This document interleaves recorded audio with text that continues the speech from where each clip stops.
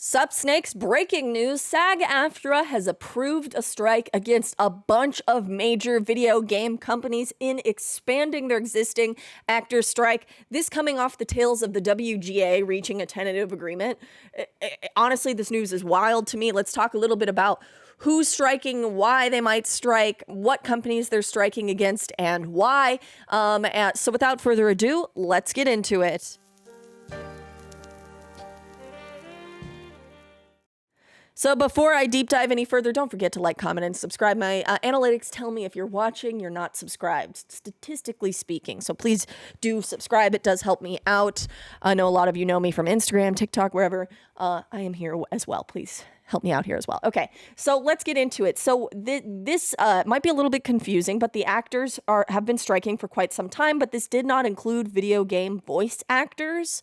It's different agreements, different, all these different things that govern how this all works, but this has now been approved by the the SAG AFTRA has approved it at a whopping 98.32% in favor of a strike authorization. Now, what this means is if negotiations go sour, they will strike. They've approved it with a near 100% approval, which is kind of crazy, and they are ready to strike if need be, and that is intense, y'all. That's a lot of people in favor of this strike, and it does shock me to some extent. And holy crap, guys. So Fran Drescher, who is the SAG AFTRA president, who you might know from many shows from the late 90s, but it is time for video game companies to stop playing games. That's great, Fran. Love that. And get serious about reaching an agreement on this contract.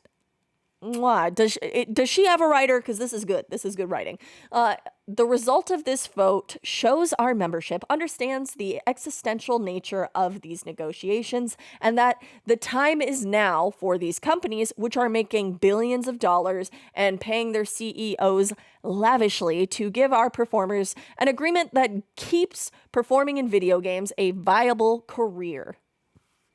Guys, in case you're wondering what people who are doing voice acting in video games potentially make, it's not great. I was doing a bit of research. I also know a lot of voice actors just through being a content creator and things like that. They don't make enough to live, especially when you consider a lot of these creators still live in areas like Los Angeles or big cities where cost of living is so much considerably higher than the rest of the United States, just because you need to be in proximity to a studio if you can't build a studio in your own home, rental, whatever. So I did a little bit of research on this and was able to find this which is coming from ZipRecruiter. This is voice actors in general, not just video games. I would imagine that video game characters actually make a bit less because they work and then the game releases and that's that. It's not like seasons of television shows and things like that. But $38 an hour is not enough to live in California. Trust me, I'm living off of less in California and it is rough. But $80,000 a year, I know that might sound a lot to many people outside of where I live in California as a great amount of money that anybody should be able to live off of. Cost of living is so high here, and what the actors have cited is that the rates that they are making are not keeping in line with inflation, which is absolutely true. It's something that's happening across industry, and especially in my area. I can't live off of what I make. I live in a garage with cheap rent, and that's the only reason I am able to have nice things. So $80,000 a year is probably, I don't know, $72,000 that they're taking home after taxes, potentially less. $72,000 a year is not enough. I know. That sounds like a lot. It's really not. When you consider a 400 square foot studio in Los Angeles is going to run you probably $2,200 a month, if not way more, if you want to live in a nice area or something like that. So keeping all of these things in mind, in addition to the fact that gas is $6 in most of California right now, and there is a lot of other expenses that are high cost. Inflation has gone up so much this last year and the year prior, and across all industries, we've not gotten a bump. We really should get a bump. It would be great for all of us, myself included. So yeah, I could understand why this is not enough of a salary for these people to live off. And that's what Fran Drescher cited as well. So after 5 rounds of bargaining, it has become abundantly clear that video game companies aren't willing to meaningfully engage in a critical issues, compensation undercut by inflation. big word, but dang, is it real? Again, I'm experiencing it at my own job, and I'm asking for more money soon because I do not make enough with regards to inflation. And I'm not in a union, unfortunately. Unregulated use of AI and safety.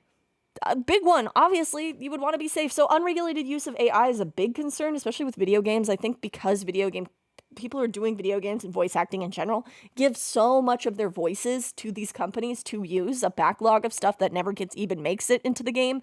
Tons of words, syllables, everything, where it would be super easy to create AI voice acting. We see it all over TikTok. We see it all over YouTube as a way of like making funny meme videos. Those videos are interesting and funny to watch. A lot of voice actors have expressed that they don't want to be included in those videos, but there's not really much you can do, right? But the companies which potentially own the likenesses of these people could use their voice, it's part of their likeness in some way, and generate new things. If it's a sequel, if it's whatever, it doesn't really... they have the resources to do it, and that's concerning. So hopping over to this Deadline article to tell you the 10 companies facing a possible strike. Remember, this just means the strike is approved. It could happen at any moment if negotiations go sour. It doesn't sound like they're going well. Especially, it's interesting to me because the WGA just hit a tentative strike. You know, they're not done yet officially, but like... And then I was like, okay, so actors will follow suit. The industry obviously wants to start back up again. These companies are finally willing to play ball, but it appears they are not willing to play ball. And those companies include Activision, Blind Light, Disney Character Voices, Inc., Electronic Arts Productions, Inc., Epic Games, Formosa Interactive, LLC, Insomniac Games, Inc., Take-Two Productions, Inc., VoiceWorks Productions, Inc., and WB Games, Inc. These are some big companies with some big profits.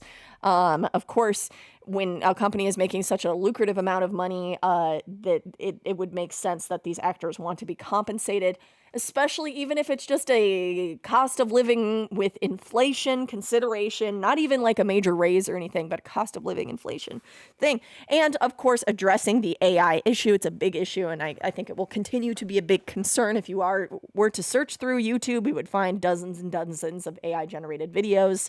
I could understand why this is a big concern for these voice actors, as this is their livelihood.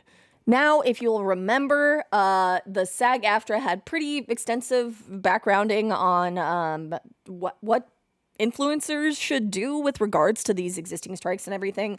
And I think if we do expand to video games, you will see this industry hit already more than it already was hit. I mean, there's obviously, with regards to myself, I stopped covering the Fallout TV show. You'll know that trailer came out recently. I talked about it, and I talked about why I wouldn't be covering it, so I didn't show you the trailer or anything like that. As much as I want to cover these things, I do not want to cross picket lines. I have friends in the industry. I have a lot of peers in the industry who are out of work right now, so it would behoove me not to be covering the work that they're striking against as a creator. And I know plenty of creators have agreed to doing this. I actually tweeted at Norte the other day on Twitter. I think that's how his name's pronounced. He's another very prominent Fallout creator on YouTube, far bigger than me on YouTube. He's also on TikTok and other platforms. And that's how I met him. But he said he won't be covering the Fallout TV show until there's an agreement met with SAG and the WGA, which... that's an epic W for Norte. Thank you for confirming that. Because he does, of course, want to cover the Fallout TV show. Don't we all? I am a big Fallout focused creator who's built a platform of over 100,000 on TikTok, almost 50,000 on Instagram, and a couple thousand here on YouTube, covering Fallout. Like, of course, I want to cover the show, but I won't until the strike ends. So how will this? If this video game strike goes through, how will this impact creators? I think pretty significantly it will impact creators, which is interesting to note. And they're basically saying don't create stuff against struck companies. You can find all the info on their website. I think this would continue to expand to cover the studios of these struck games. And it's a lot. I mean, these are big studios, guys, with a lot of games that they create. And if they do end up striking against them, I think we would have to stop covering. I wonder what streamers would cover, or play even these games on stream. You know, it's promoting the games in a large way. So it remains to be seen. I know me as a creator, I'm not going to cover those games. However, the studio that I really care about isn't in the purview of this strike, which is Bethesda Game Studios, but there are other studios of games that I have wanted to cover, things like that. So we'll we'll cross that bridge as we come to it is definitely a big thing. And I am assuming that since they have rules for streamer influencers, whatever right now, just for the acting portion for the TV theater, TV theater yeah, movie.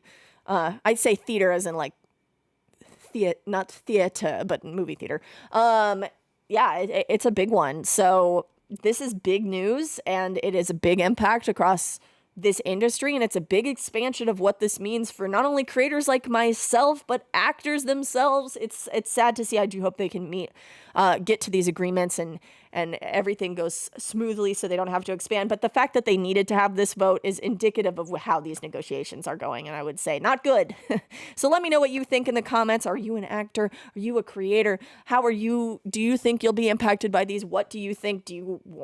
Are you concerned of crossing picket lines, of being a scab, things like that? Like, I don't want to be a scab, so I won't be crossing those picket lines. But again, studios I don't really cover stuff on. But this is just an unfortunate way that it's going, but it's speaking for the power of collective bargaining. I hope that it does work out. I mean, we are seeing WGA working out. Let me know what you think in the comments, and I hope you have a safe and wonderful day in the wasteland, the starfield, or on the picket lines. Peace.